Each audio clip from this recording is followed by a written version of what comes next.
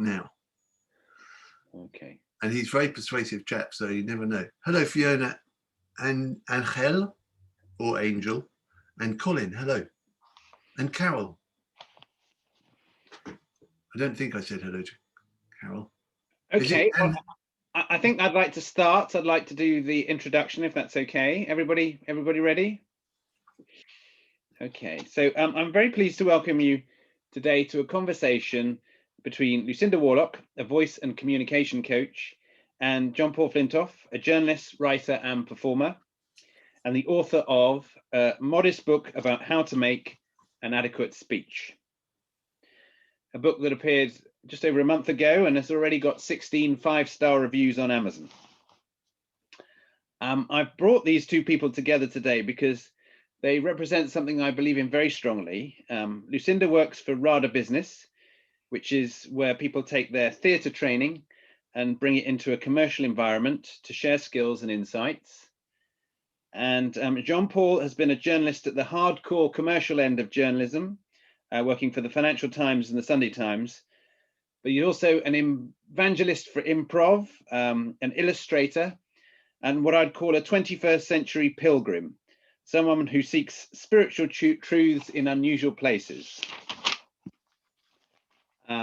I hope their conversation today will reveal, as this book does, that creativity is not separate from commerce, vision isn't separate from voice, and how we can all cultivate our own talents at whatever level, and they can all lead to fulfillment and achievement. So round of applause for Lucinda and John-Paul. Thank you, Brian. I'm going to jump straight in. And what I want to do, first of all, is welcome all of you, all of the audience.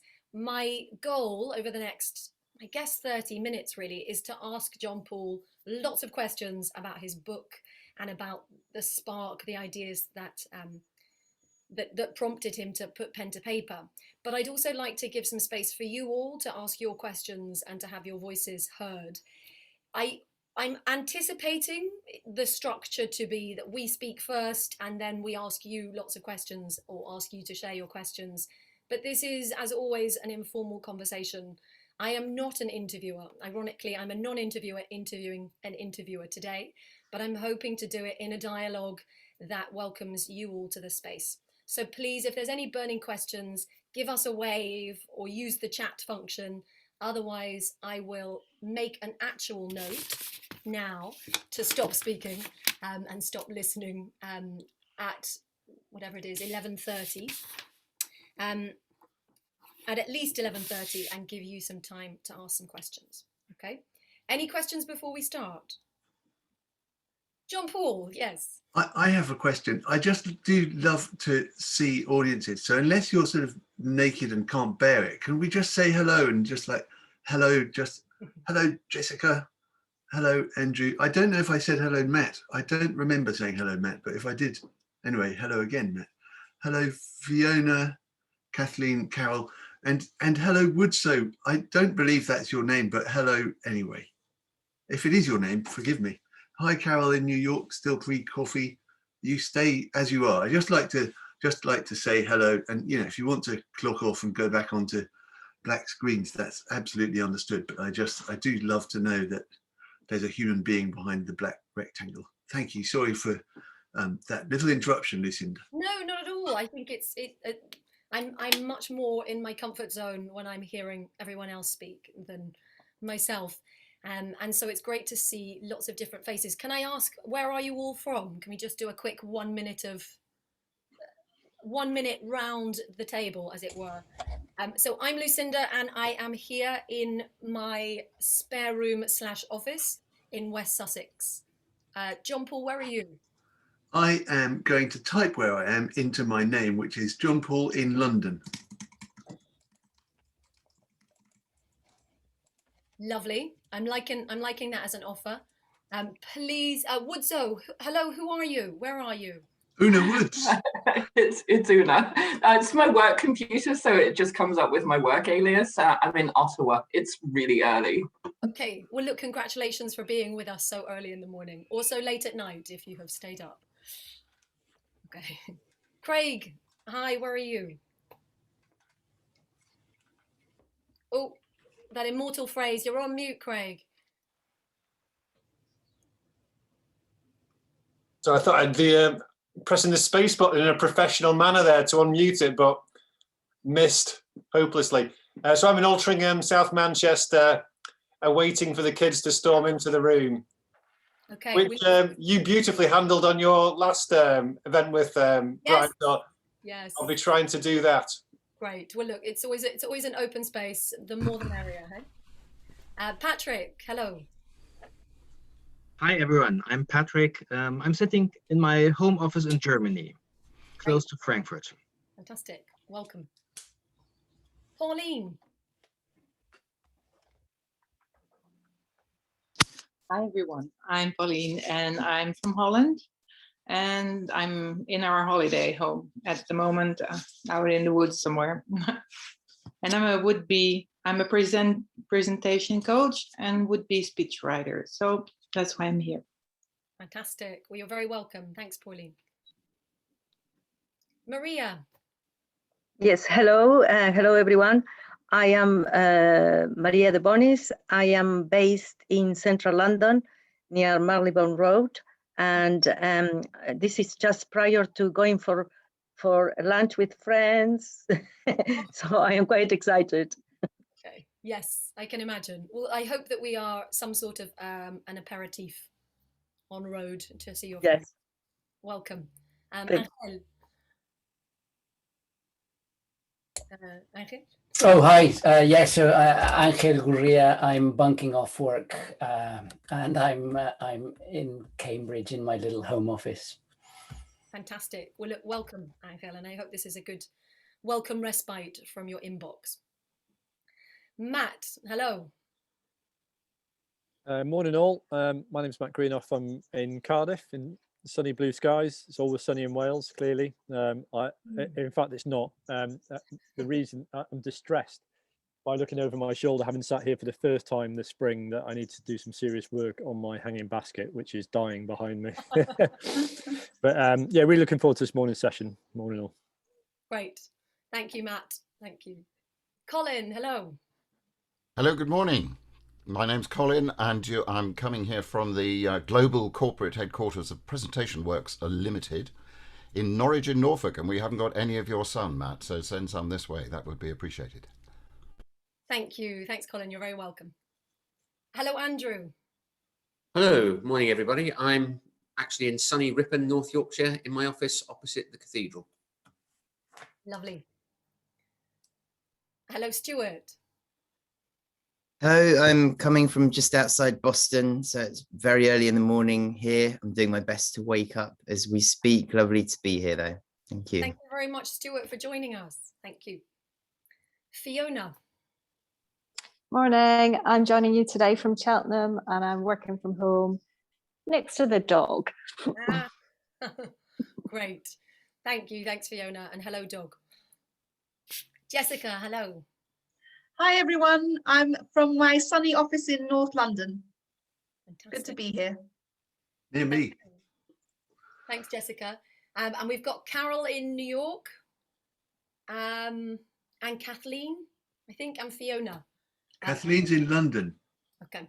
Good morning. It's not clear whether it's going to be a sunny day in New York yet or not. So good morning to everybody. Hi, Carol. You're very welcome. Brian, where are you? I forgot to mention you. Sorry. Brian, I'm lip reading. Brian said I'm in Bournemouth. I'm in Bournemouth, yeah. and thank you for so beautifully showcasing, crime one that we do as speech makers when the audience can't hear us. I think that's included everyone. Have I missed anyone? No?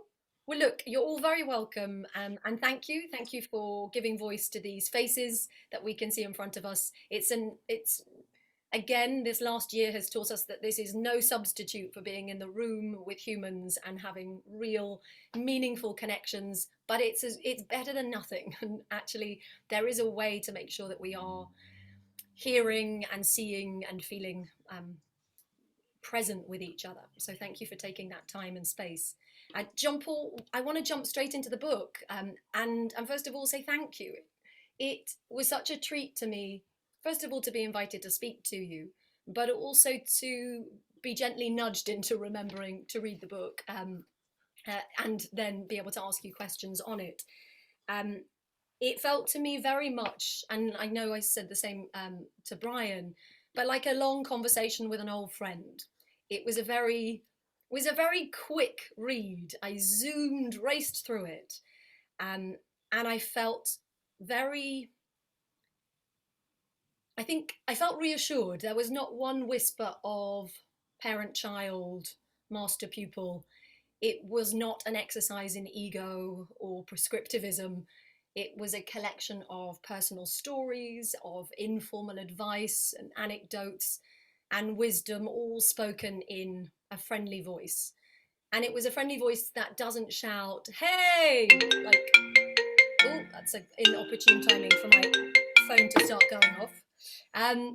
It was a friendly voice that didn't shout, hey, look what I know, but more, come here to me while I tell you what I'm learning, and what I've learned. And I find that always a really interesting place to start.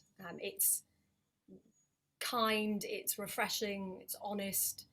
And so thank you, I think, first of all, thank you. Thank you. Very kind of you to say so. It's a nourishing book. And I think for a book that's structure, that is built really upon these 5 tenets of rhetoric, it seemed to me that so much of your personal story that you weave throughout was very much born out of rhetorical situations. I think namely that of kairos, right? Of adapting and taking advantage of changing circumstances. And so for me, its message feels particularly poignant to today's audiences as we emerge, some of us, particularly those of us in the UK, from this 3rd lockdown, still arguably at a time of huge uncertainty and fear. Many of us who've spent the last 13 months adapting, learning and unlearning ways of being and connecting with each other, but also ourselves. So it felt really an opportune time to pick the book up with questions that maybe I hadn't fully formed in my mind. And so my question, I guess, is when did you start writing it?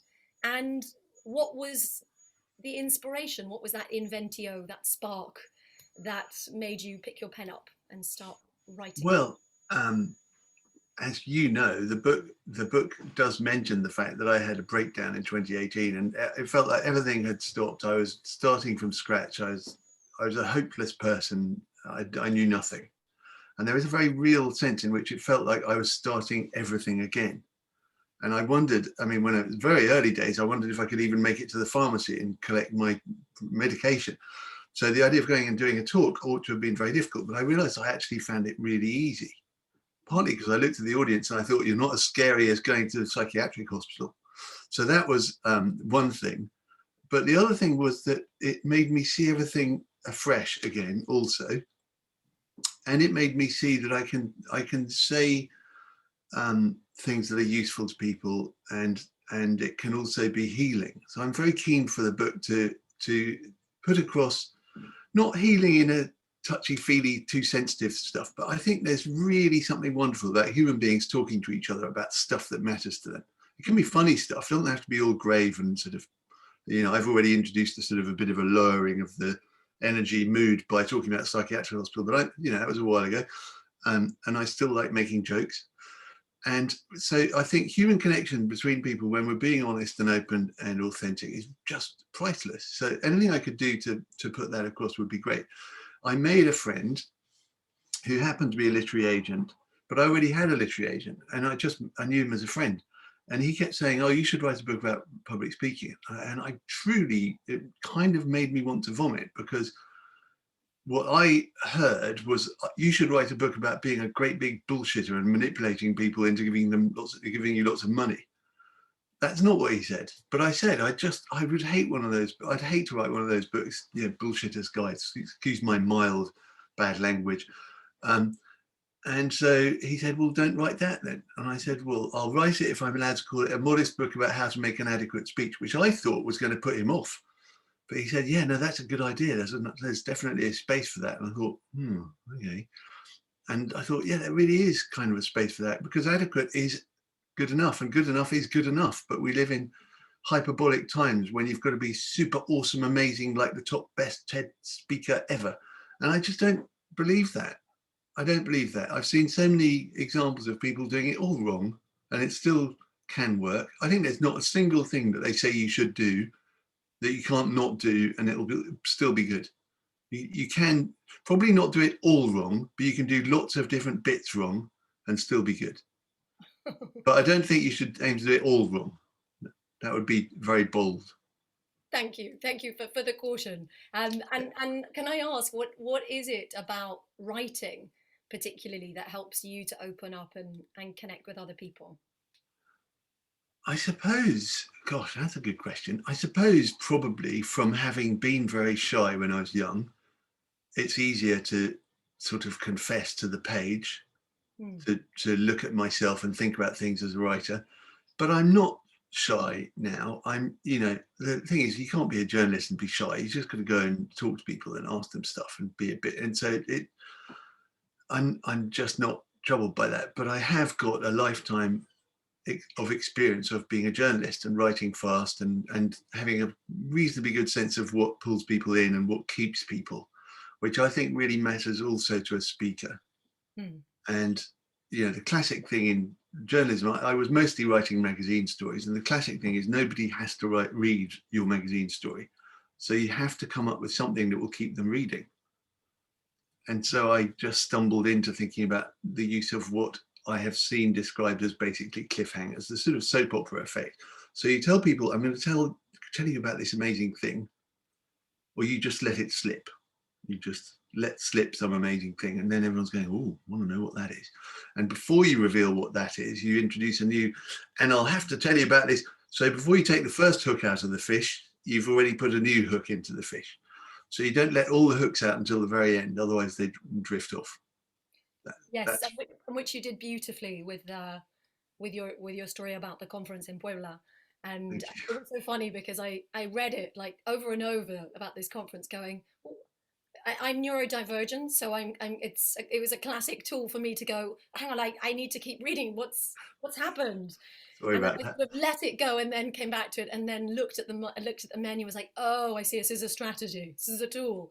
But it was, again, it was lovely to feel that journey and to see that connection. And can I ask, how do you decide which stories to share? And I'm sure this must be as much a feature in your speeches as it is in the stories, because I think the value, I know we've spoken about this before, but for me, the value with self-revelation is it breaks down that fourth wall. And I think particularly if you're someone that seemed to be in the dominant group and you're working with people outside of that group, it helps to break down some of those, I guess, the fear, the cynicism that we might have about, well, what do you know anyway about the challenges of standing up in front of an audience? I'm sure everyone always listens to you. And yeah.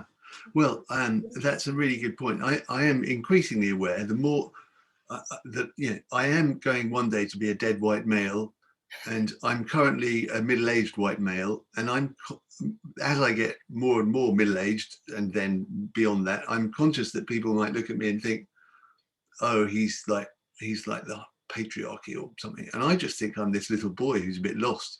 And I suspect that probably applies to a lot of people. But I'm conscious that people see me and they might think that. So one of the things I love about improv, theatrical improv, is the teaching you pick up a lot about status. And I'm not talking about what it says on your job title or whether you were born a duke. I'm talking about the moment by moment status in interactions. And when you're high status, people generally do what you want, but they don't like you very much. And when you're low status, they love you, but they never do what you want. So you need to weave between the two things. And you'll notice, because I love getting a bit meta about what's going on, if you're here, you will have read what Brian wrote about this event. And it introduced me, I think it said introverted, so it's not too intimidating already. And then Lucinda said some nice things about me and it made me seem quite gentle. And then I said that I'd had a breakdown. So I have done a lot to, you have witnessed, in either noticing it or not, you have witnessed a lot of lowering of status, which makes me a bit more likable. Because if I just come in and said, yes, I'm now going to tell you how to do speeches properly, now sit down and be quiet, then that would have a lowering effect. But you might sit down and be quiet, because if I said it with enough command in my voice, I would be that. Does that answer your question? I mean, it might have done. I just thought it was quite an interesting circular conversation. Yes, I will say yes. Well, if someone doesn't think it does, by all means, pop a type into the box, and we'll keep an eye on that. I think it's for you about saying that it's picking what you talk about and how you connect with audiences. I guess my question was more around how do you decide which stories to tell and which to leave out? Because again, this conversation around disclosure and appropriate disclosure, and how do you make an audience feel safe and connected to what you're saying and not, right, uncomfortable. Oh, so the choice, I didn't answer about the choice of topic. That was very delicate and kind of you to say it that way. Yes, no, I think I could have answered more on that. So I think that what I have increasingly learned to do is trust my intuition. This is a story that I think will be really cool. Is that good? Oh yeah, I like that one. And it might be that it's a story that makes me feel very uncomfortable. And that's usually probably a good sign, because it's going to have people somewhat sit up. If it's really not making me feel uncomfortable, it's probably boring to me. And as we all know, that transmits to the audience, that the boredom is infectious. So if it feels exciting, which is the other side of the coin of fear, I mean, excitement and fear are indivisible, then it's probably a good sign. Okay.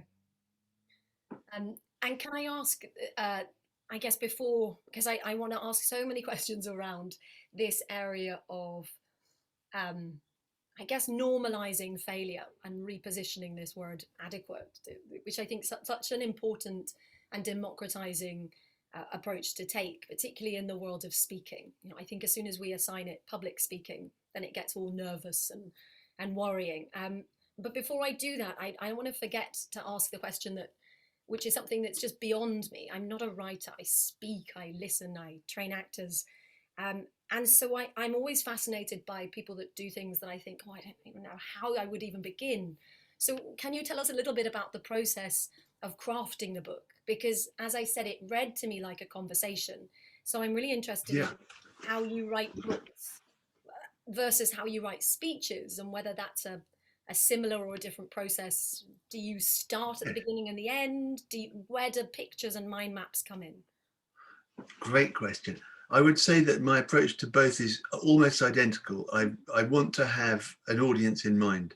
When I was writing for the Sunday Times, I always used to think, would this work for my wife's great aunt Peggy, who was about 100 and not particularly educated, but very bright and had a good sense of humor? Would she make sense of it, and would it be mildly interesting? And also, would my then about 9 or 10-year-old daughter understand it and find it moderately interesting? So if I could theoretically have them in mind as a model audience, they were nothing like my editor. Of course, in the back of my mind, I was also thinking about my editor's personality and the fact that my editor had to pass it to her editor, who was quite intimidating. So I'm thinking about the audience.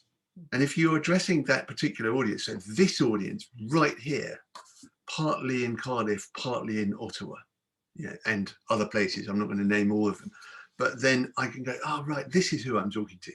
I find it really hard to write or talk if I have no idea about anybody. That's just almost impossible. So then I think about all the stories that are most interesting. And with this friend who then in fact became my agent, I wrote the proposal was substantially about the thing that you mentioned, the thing that went wrong in Mexico.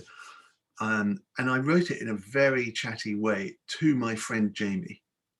And I also did the sort of the kind of workaday stuff about writing the chapter breakdown and, you know, what kind of a market it is, and those sort of professional things. But the fun of it was what sold the book. He says it just felt like a great, fun, entertaining, touching, all those nice sorts of things that you sort of said as well. And he passed it on to the editor who bought it. And so I think there's something just about being heartfelt, whatever that is. What's in your heart? And again, I know that can sound quite soppy in some contexts, but it's just, do not be only in your head. Do not be only too analytical. What do you really want to get across? What do you want to be the effect on this audience? And that was one of the best things that anyone ever told me when I started doing talks, having been only a writing journalist and an author. My friend Steve said, just find out from the person who gets you in, what do they want to be the effect on the audience? Do you want them to sort of start a revolution? Do you want them just to have a laugh? And once I think about that, then I'm a little bit clearer. So I must confess that I'm not all that clear what effect this audience would like to have. I'm not quite sure what you want to get out of this, but it is a conversation. And Brian asked, and it's also important to resign oneself to never entirely knowing what people want, and often they don't know themselves. Yes, and I think it's so interesting to see the parallels there in terms of how we train actors and this idea of intention-led communication, because I think for so many people, one of the biggest fears of getting up and standing up in front of people, or even having a Zoom call like this, because I think there's still that little feeling of adrenaline, you know, of nerves, but it's the being in front of someone else and thinking, well, what will they think? And one of the things I often focus in on when I'm working with, whether it's actors or business professionals, is this idea of letting go of what people think. And you cover this beautifully in your conversations around perceptions, because it's, first of all, it's none of our business what people think. So get over it and just get on with it and do what you're there to do, because the audience doesn't care. We're there to serve you. We're there to make you feel something, to take you on that pathos journey. But I think as well, relinquishing some of that control, you know, that recognizing that actually as soon as I'm up in front of an audience, then, you know, your cultural experiences of your life will shape how you see and hear me, and whether you're even in a mood to be receptive to listening to who I am. And I think it's a really important part of public speaking training or voice training, because when we think about voice and its relationship to identity, and then how that intersects with power and perceived power, yeah, it's murky. And I was really grateful for the fact that you didn't skip over that, because for me, I think that's one of the challenges I have with sometimes with reading books around the world of voice and communication, because it's often written in that big booming guru voice that says it's this. And I think as soon as we connect it to commercialism, then it's, you know, it's like those online marketing gurus, right? The 5 bean snake oil approach, which again, like, who do we impoverish when we start pretending to empower people with those very quick fix blanket statements, often all grown out of bias, out of a really, you know, a very unequal way to educate. I so get that, and it's also just really complicated. I'm now finding, because I like teaching people this, I love it. I love seeing people feel empowered, but it's quite hard for me to get any work, I think, because I find it really hard to sort of market myself. Oh yeah, I wrote this book, it's called an adequate book. It's like, I ought to go in and say, I'm going to make your people amazing. And because that's kind of what they want to get their budget clear. You know, it's like, we can't get this bloke in who's average. So I think I've shot myself in the foot, but I quite like it in a way. But it's, you know, it is what it is. But I'll keep trying. I'm sure someone will want to be an adequate speaker. I think honestly, I think it's been very resonant, and I think the fact that you have already a group of people listening and reading your book suggests that it has touched many nerves.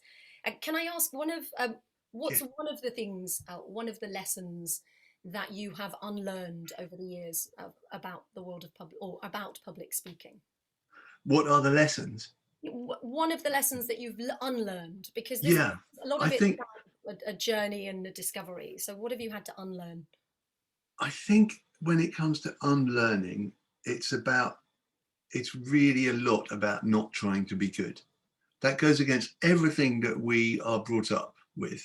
I just got a text from my daughter saying she's finished her exam, and bless her, she's right in the thick of all that time when everyone's being told you have to be right, you have to be correct, you have to do it this way, and you have to be good. And it's a lifetime to unlearn that you can, you might well be good, but aiming to be good can be really difficult. So how can I be of service to these people in this occasion is much more helpful to me. It takes the focus off me as well. So learning to think about them, not am I being good? If I'm thinking I am being good, that's just as bad as thinking I'm not being good. Mustn't think about me. And what that means is if I think I'm thinking about them, then I'm not worrying about the fact that I haven't brushed my hair today. I know that I haven't because I looked in the mirror on the way up to my desk. Sorry about that. But I never brush my hair, so what am I apologizing for? The thing is, I did learn, and you said it a moment ago, actually, this thing about not minding what they think. I had this revelatory experience. I mean, it wasn't so much an unlearning, which is what you asked, but I had an absolute revelation when I did this workshop for people, and it was called How to Be Confident. Now, this is in the book a little bit. It's called How to Be Confident. So bear in mind, obviously, the people who turn up at a class like that are not going to be the most confident because, like, why would they be there? So I go in. I've done the class several times, and I just had this idea just before going in on this particular day. I thought, I know, I'm going to do this experiment. So I went in and I said, "Hello, welcome. Just want to tell you, you've come to the right class. You know, I know about this stuff." Something like that. I think I more or less said exactly that. And then I said, time out. Like, we've hardly started, but I said, time out. And I went, I'm going to ask you a question now. I want you just to answer honestly. There's no hard feelings. Say whatever you want to say. And they looked a bit like, oh shit, I've got to say something. But anyway, yeah, because these were not very confident people. And I said, look, it'll be fine. I was probably lowering my status a lot, going like that sort of thing, you know, funny body tics and anything to make myself less intimidating. Whatever I was doing. No, I wasn't being, no, that would be silly. But I was just trying to be very, very open and friendly and accessible. And I said, I just want to know what you think of the man who said what I just said, me.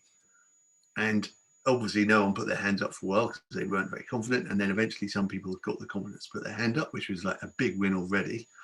And they said things like, oh, I'm really pleased. I haven't wasted my money. I'm not wasting my time. All polite, nice things. And then I said, and I don't know where this idea came from. It just popped into my head. And then I said, well, that's great. Thank you very much for that. I'm not going to get too attached to the fact that you're pleased because there might be some people who feel differently. So I just want to hear if there's anyone else who felt at all differently or anything. I think a little thing coming back to what you said, maybe, and maybe what we were talking about with gender and sort of what people might expect of you. It happens to be the case that nearly everyone in this class was female, but there was one bloke and he was sitting at the back. And eventually he put his hand up and he said, well, actually, I thought you were a bit of an arrogant wanker. Or twat, he said. I thought you were a bit of an arrogant twat. And I said, okay, thanks very much. I'm not going to get attached to that, but I'm really grateful for your honesty. That's really good to know.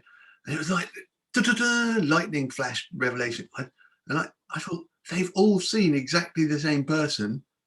Some of them think, this is great, I'm in safe hands. One guy thinks you're an arrogant twat. It's all about them. It's really not about me. So whatever I say will be seen by different people differently. So I might as well just not mind about that. I mean, there's no way of forcing anything. By the end of the class, the ones who were pleased might have been really disappointed and he might have thought I was marvelous. I have no idea. I can't control that. I can just do my best. Mm-hmm. That was my biggest moment of revelation in talking. Yes, and I loved Arrogant Twat chapter. I thought it was hysterical, and I think a good reminder of us to stay humble, but also to let go of some of that control. Because I think for many of us, again, depending on, I guess I can only speak for myself. So I think we, particularly those of us that have come through the journey of being actors and then working in creative industries and connecting with the world of business, there is, I think, a huge amount of pressure on us to evolve and flex and adapt. And I think it's what we often say to speakers, you know, how do you adapt and speak the language of your audience so that they hear you? And I think the lower, I know Brene Brown, your great pal, it was great to hear about Brene Brown throughout your book, actually, because so much of your book was vulnerable and courageous and compassionate. And I'm really glad to hear all of that language starting to evolve in the world of leadership and everyday communication. But this idea of, what was my thread? This idea of coming up through the artistic and yes, working in. And just being a chameleon. And at some point you sort of have to stop and go, hang on a second, who am I in this space? Yeah. What is my authentic self? Because I think when you're so used to doing things differently and it always evolving to connect to different audiences, it can be really hard sometimes to then be present in who you are. Yeah. And then connecting with your objective and, you know, setting and playing your intention and taking your audience on this journey. Yeah. And I think that's what can pull people sometimes towards this very performative, bluff, you know, way of, yes. Can I, at this point, can I show one of those drawings that I was going to show? Because it's exactly about this. It's a supposedly scientific graph, which I think I put in the book. So the point is that if the speaker only cares about pleasing themselves, they're making an awful speech. If they care about the audience and are true to themselves, they're making a great speech. And if the speaker only seeks to please the audience, they're making an awful speech again. So it's kind of it's a totally pseudo, not real graph, but it kind of trying to get the idea across that if you can be honest while also addressing the interests of the audience, then that's the sweet spot. That was just one of the many graphs that I made up when I was trying to get my head around this subject. Another one was the spectrum of communication, which didn't go in the book, only because it was too long. It's really long spectrum, but on one end of the spectrum, you've got basically sending messages into outer space for aliens who may or may not exist, may or may not be able to translate them, and may or may not care, where it's all in the control of the speaker and you say whatever you like because you don't know anything about your audience. That's one end, but it's very easy and it's very controlled. And the other end is very chaotic, where you've got, let's say, my first thought was that having a candlelit dinner with someone is the hardest, because like, but then I thought, no, saying sorry to someone who you care about on a thing that you care about, that's probably the hardest. You have no control over what's going to happen. It's very difficult to deliver the message that you want it to, and to have it received the way you want. So this sort of spectrum of communication is how well are you connected to your audience? And also how much are you making yourself vulnerable? So sending a message to aliens, arguably it makes us vulnerable because it means they'll know where to come to zap us. But that's like the limit of the vulnerability. It's not like revealing our, our innermost soul. So I found it quite fun to play around with graphics. There's a really beautiful graphic. I'll try and find it somewhere and send it to Brian, and Brian, I'm sure you can forward it to people. It's a graphic that shows all sorts of wonderful things about Kairos, among other things. No, I really enjoyed the illustrations, and I found, I know that Brian mentioned you refer to Quentin Blake, I think, in the style section, and about how he used illustrations. In those of you familiar with Roald Dahl, again, I grew up on Roald Dahl books and Revolting Rhymes and, you know, Quentin Blake's scribbles, and so it was really delicious to open your book and to have, you know, mind maps, graphs, little pictures, even little stars suggesting ends of sections. I found the inclusion of them helped me break up the sea of words and take time to pause and visualize your thoughts and process and reflect on what you'd said. Can I ask, in the same way that I asked about what role writing plays for you in terms of opening and connecting, how does art do that for you? I love to be able to think about things non-verbally. It takes me out of my head and it puts me back into a place where I know what I care about.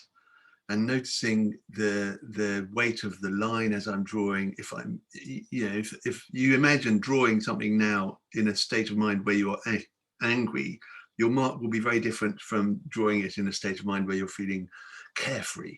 The marks that you make are different, and the color choices I make are different. So drawing is just a magnificent way of being non-verbal and not too intellectual.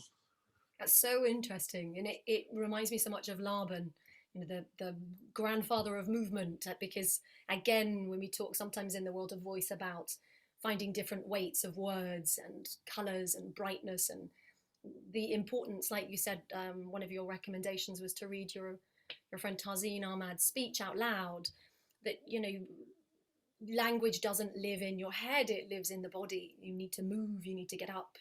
And I think a lot of work around the world of actor training is, you know, in creating either imaginary art pictures or actually writing them out, drawing them out, visualizing. So it's really helpful to know that for you that was both part of how you process thoughts, but part of that, you know, another layer of messaging that you're sending to your audience. You mentioned Quentin Blake, who used to physically embody characters before he drew them. So he would think, if I'm going to be a sword rapier thrust, I have to do it with my body. And that's another thing I find really wonderful about drawing, is it brings me back into the body to try to do that. Thank you. Thank you. I didn't know that. That's really interesting to hear. I'm mindful of time and looking at my long list of questions. I went from some very messy looking attempts at mind maps to then just seas of questions that I might ask depending on the conversation. And I guess coming up towards the 11:30 mark, which is my golden hour of asking other people to please share their questions, I wanted to ask you a question about, I guess, as a journalist, because I think as a journalist, I imagine you're reading people all the time. And there's a lot of research that goes into your articles. And again, one of the things I got from this book, because a lot of my work is really around the 5th chapter, delivery and ethos. And obviously there still needs to be those whole who, what, how questions. But I'm often working with people to give voice to a speech they've already written. And although I might need to edit it and, you know, play around with some of the style or the structure, essentially they've done it before I meet them. So I'm interested in this idea of, I guess, you as a journalist, and you're always reading people and taking a certain amount of information from them. And I wonder if that's a double-edged sword for you when you stand in front of an audience. Oh, in what sense? I think if you're highly emotionally intelligent and you are a high empath, then you're always reading non-verbal things about people. And I think when you stand up in front of a stage, you know, or on a Zoom call like this, and you're looking for proof of engagement and you're looking to find who's processing what I'm saying, how's this going, am I reaching my objective, that sometimes I think we can become even more acutely aware of what people are thinking. not necessarily. Yeah, I think that's true. But I have found that one of the things that helps is to be a gentle observer of myself observing. So to try to think, well, I mean, if I do try to draw attention to what's actually happening right this second and not to draw any conclusions about it. I know that we missed Colin because he's left, so I'm keeping an eye on that, and I saw that in the chat, and I noticed that Craig had made a comment, but Craig has just temporarily left his chair. So I'm watching and keeping an eye on things, but I have to try to not get too tangled up in, oh, do they like me, or any of those sorts of thoughts, by just going, oh, John Paul's still watching, that's good, he's doing his job. So just keep an eye on it, but don't be too tangled up in what that means. So yes, it's really important to watch the audience and to draw attention to it sometimes. So if everyone was asleep, I would, you know, I wouldn't wake them up. But if there are 1 or 2 people still awake, then I'd say, I'll keep my voice down because I noticed that lots of people have fallen asleep or something. So try to name that thing which often we run away from saying because it's embarrassing or we think we're failed or something. Just be honest about the fact that, well, actually, you know, we missed Colin. I'm sorry about that, but there we are. I'm not going to pretend that we didn't. Mm-hmm. And how much of that has been something that's evolved for you over time, or is that something that you very much bring from the world of improvisation? Yes, because in improv, anything that happens is an opportunity for you to create something. Mm-hmm. And once you get that mindset, you go, God, this is brilliant. Like, I've got to do a class. I'm teaching how to write in a course for some people, and I thought, well, how am I going to do that? And I thought, well, I'll just use their writing as a sample. I was like, of course, that makes total sense. Like, yes. But they hadn't asked that. I mean, it seems so obvious now I say it to you like that, but I was thinking, what will I use? What will I use out of the whole wide world? We'll just use what's on your desk. Mm-hmm. It's really interesting actually how much the crossover of improvisation, I think, and therapy can be, because it all rests on that implicit promise, right, of the yes and, that your offer will be accepted without judgment. And so we start creating this very collaborative, open world. Yes. There's you know, there's nothing to fail. And it struck me throughout the book how much that message, you know, is really, you really ring it home. And I think it is such a useful reminder, I think, for us in this world of increasingly what feels almost like curated perfection, of being really surrounded by messages that tell us how we're perceived on the outside is much more important than what we experience on the inside. Yeah. And I think sometimes the world of those airport books do a lot of potential harm by suggesting that there is one clear way to do it, one very impressive way to stand in front of an audience and sell them something. Yeah. So what I really appreciated was actually how much of yourself you shared with us, and how you were able to pull or draw from some of those greats, mostly the Greeks, but just those cornerstones of this is how you use a structure. But hey, disclaimer, it's still really messy, so be prepared to let go of anything at a moment's notice. Yeah. And can I ask one more question before I sit back? And that is, you dedicate your book to your little girl. Is that right, Nancy? Yes. And you hope for her. I think your hope is may you always speak well. I think you're right. What does speaking well sound like in Nancy's voice? I hope that she'll always be able to be true, honest, heartfelt herself, to share what she has, her talents and her insights, without reservation or without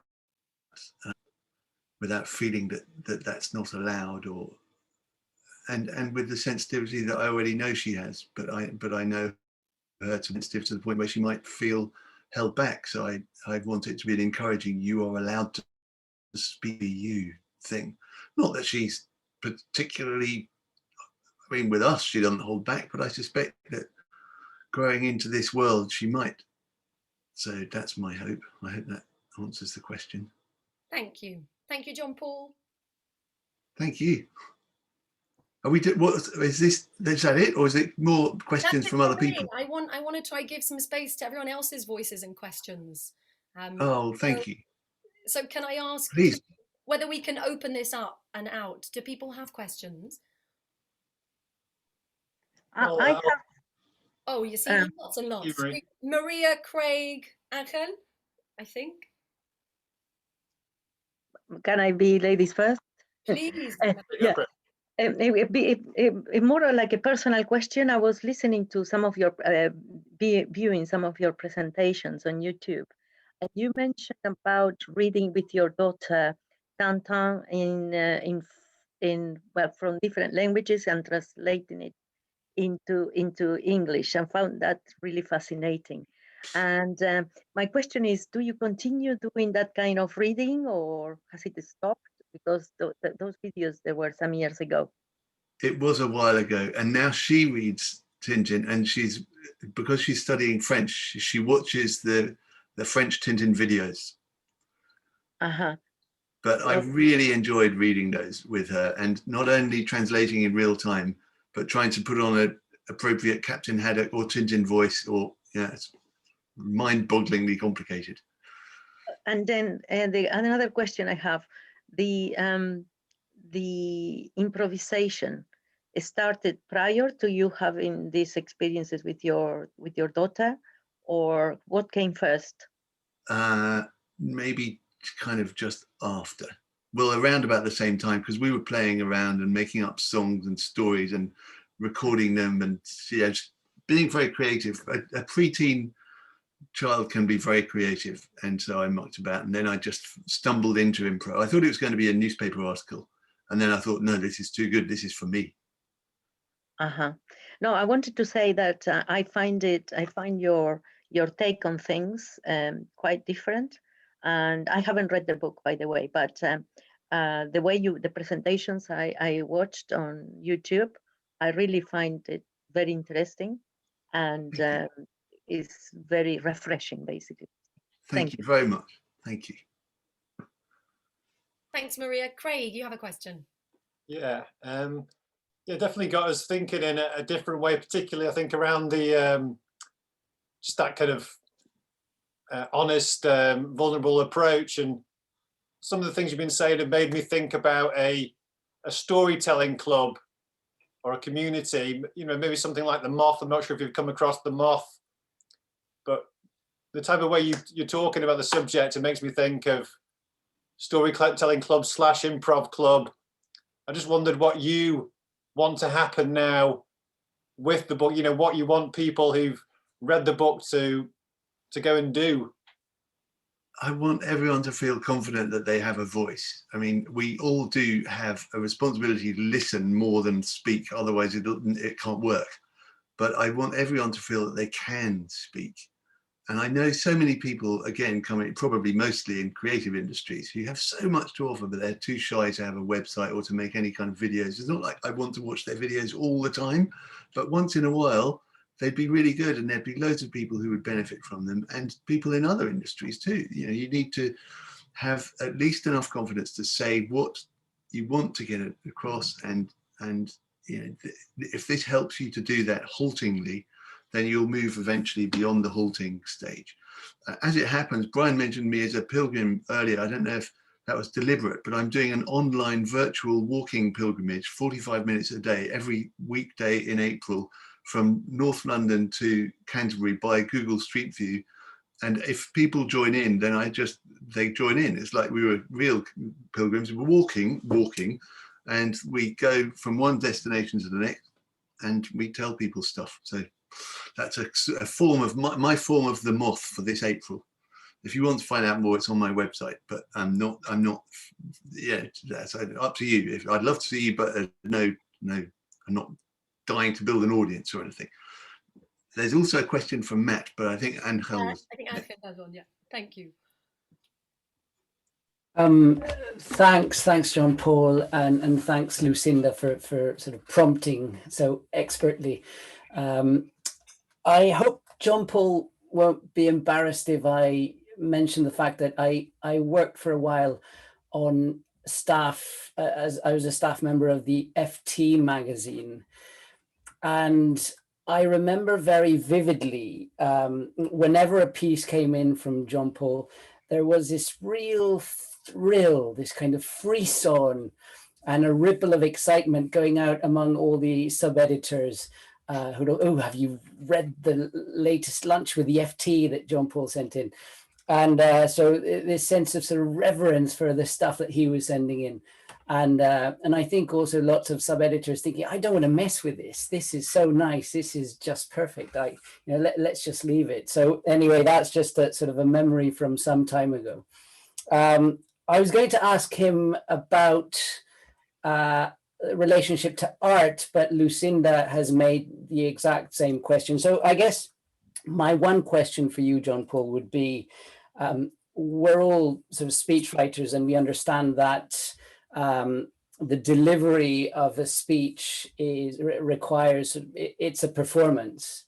Do you think of writing in its various sort of genres, and including speech writing, as a form of performance as well? I really do. And can I just say that really touched me that you said that. I'm really, really chuffed. Thank you so much about the FT magazine. That really,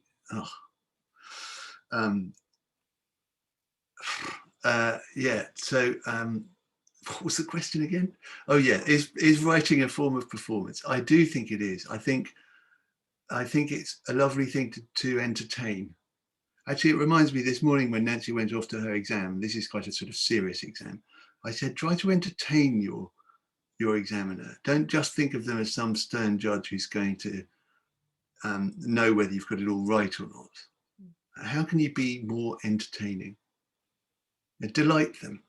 And when I say delight, I don't tell jokes. You could delight them by moving them to tears. That's delighting. But like really touch them. I mean, I didn't say all of that. I just said, you know, entertain them. But that's maybe what I would say for any writing. Thank you, Angel.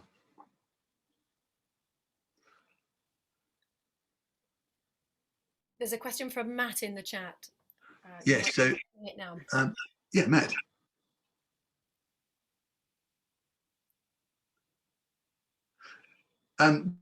Well, shall I answer the question, because I can see it. You're talking about the speaking, the press conferences in the pandemic, and have they met the adequate mark?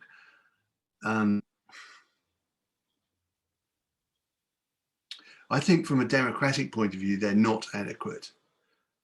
Just because the format and the accessibility and so I haven't seen anything that seems very adequate. I don't think that the conversation is very adequate, but of course the adequacy is entirely in the eye of the beholder. I'm not sure that the interviewing has been right. I mean, it's quite rigged against good interviewing, but it is also just a very difficult situation. So maybe that's not a deliberate, it's definitely deliberate, but it's not entirely deliberate. No, I haven't seen anything stand out, good or bad. For what it's worth, I happen not to be particularly a person. I'm not glad that we did Brexit, but you know, we'll be all right. But one thing that I do think that Boris Johnson deserves some credit for is that phrase "oven-ready Brexit" was just such a brilliant bit of verbal persuasion. I'm not, you know, it's not what I didn't want that argument, but I think that was a really good example. I haven't seen anything like that in any of this pandemic time. That doesn't really answer your question, I'm afraid. I think it's just so big, and I'm feeling slightly intimidated by the idea that I should have any kind of expert view on all the press conferences ever to do with the pandemic. So I know you didn't mean that in the question, but it slightly freaked me out. But nothing has landed in my head as a thing that I'm going to take away as either good or bad, really. There's another question from Patrick. Shall I read that? Or is it time up? Time up? Or shall I finish it? Finish it, okay. Thank you, Lucinda. Oh, right, okay. Not a question, just sort of, sorry, I've got to go. So there we are. Sorry, Patrick.